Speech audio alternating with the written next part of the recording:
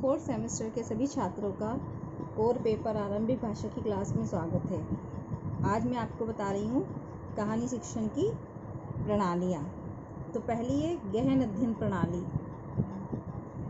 गहन अध्ययन प्रणाली का अर्थ है कहानी में आए कठिन शब्दों, विचारों, मुहावरों, लोकोक्तियों आदि की व्याख्या करते हुए कहानी को पढ़ना, कहानी के कथन, संदेश, उपदेश, निर्देश, कहानी की अन्य कहानियों से तुलना, महत्व आदि का विचार करना भी इसमें शामिल होता है।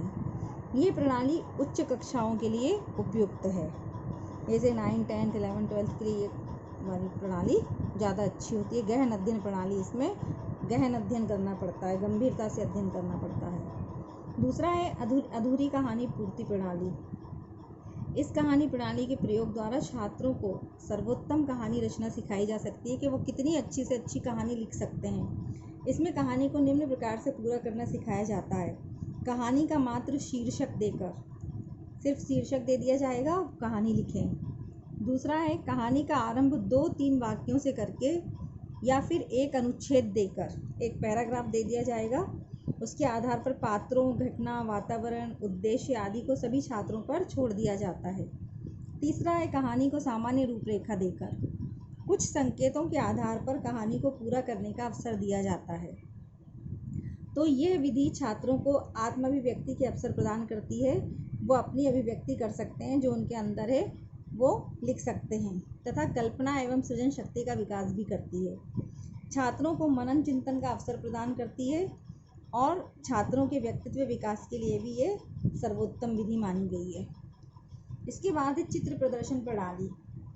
इस प्रणाली में कहानी से संबंधित विभिन्न चित्र छात्रों के सम्मुख प्रदर्शित किए जाते हैं। चित्रों में कहानी के क्रम को ध्यान रखना नितांत आवश्यक है। सबसे ज़्यादा आवश्यक होता है कि क्रम को ध्यान रखना है, एक के बाद एक क्रम आना चाहिए।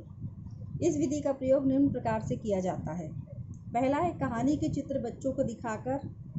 दूसरा, कहानी के घटना या पात्रों से संबंधित प्रश्न पूछकर। तीसरा, नई कहानी को चित्रों के माध्यम से पढ़ाकर।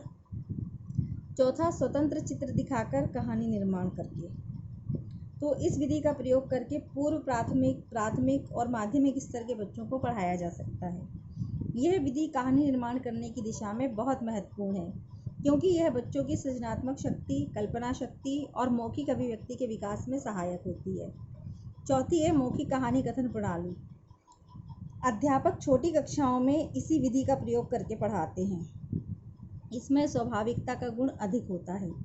यह विधि एकाग्रता एवं श्रवण शक्ति का विकास करती है, परंतु कहानी रचना केवल मौखिक रूप से ही करने में सहायता करती है। कहानी रचना की दृष्टि से 3 विधियों पर प्रकाश डालना आवश्यक होता है। वो इस प्रकार है। पहली, रूपरेखा प्रणाली। इस विधि में विषय वस्तु से संबंधित मुख्य घटनाओं, पात्रों, वातावरण का ज्ञान अध्यापक द्वारा मौखिक या लिखित दोनों ही रूपों में दिया जा सकता है, तथा छात्रों को अध्यापक द्वारा वर्णित रूपरेखा पर कहानी रचना के लिए कहा जाता है। यह रचनात्मक कौशल को विकसित करने की सबसे अच्छी विधि है। दूसरा है प्रश्नोत्तर प्रणाली। इस विधि में छात्रों से विकासात्मक प्रश्न पूछकर कहानी को पूरा किया जाता है। इस विधि में अध्यापक कहानी सुनाने के साथ साथ ही प्रश्नोत्तर करता जाता है और कहानी को पूरा करता जाता है।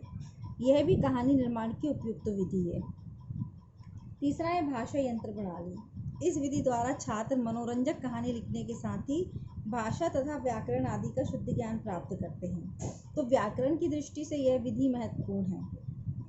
तो इस वीडियो में इतना ही, बाकी अगले वीडियो में बताएंगे।